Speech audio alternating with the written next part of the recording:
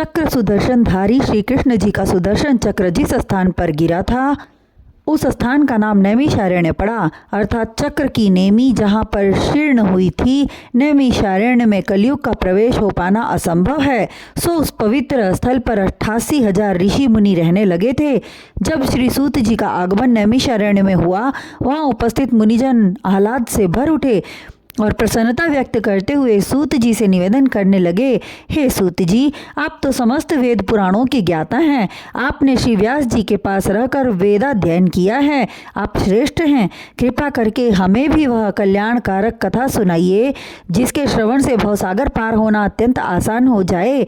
ऋषियों का विनय पूर्वक आग्रह स्वीकार करके सूत जी बोले, हे ऋषिगण, जो सब जीव जंतुओं के पालनहार हैं, प्रलयकर्ता भी वही हैं। संपूर्ण सृष्टि का संचालन जिनके तेज बल से होता है, उन्हीं अद्भुत छविधारी श्री केशवानंद का ध्यान करते हुए उनके निर्गुण धर्मों का वर्णन करने लगे, जिनके सुमिरन से दैहिक, दैविक और भौतिक तीनों प्रकार के ताप से मनुष्य मुक्ति पा लेता है।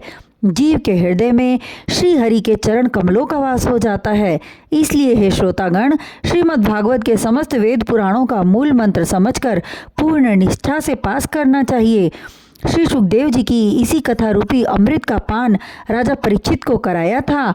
अतः हे ऋषियों एवं कथा श्रवण कर रहे समस्त प्राणियों, जिस प्रकार श्री सुखदेव जी इस कथा रूपी अमृत को ग्रहण करके लोक कल्याण हेतु संसार में प्रकट किया है, उसी प्रकार आप सब भी इस कथा रूपी अमृत रस को ग्रहण करो और अन्य बंधु बांधवों में वितरित करो, जिससे लोक कल्याण हो। ऊपर वर्णित इतिहास को सुनकर शौनकादिक ऋषियों ने कहा, हे कृपानाथ, दया के सागर, आप हम लोगों को अपना शिष्य माने और हम पर दया रखते हुए भवसागर से पार उतरने वाले उस वृत्तांत का वर्णन करें जो समस्त वेद पुराण, उपनिषद, महाग्रंथ और शास्त्रों का मूल है।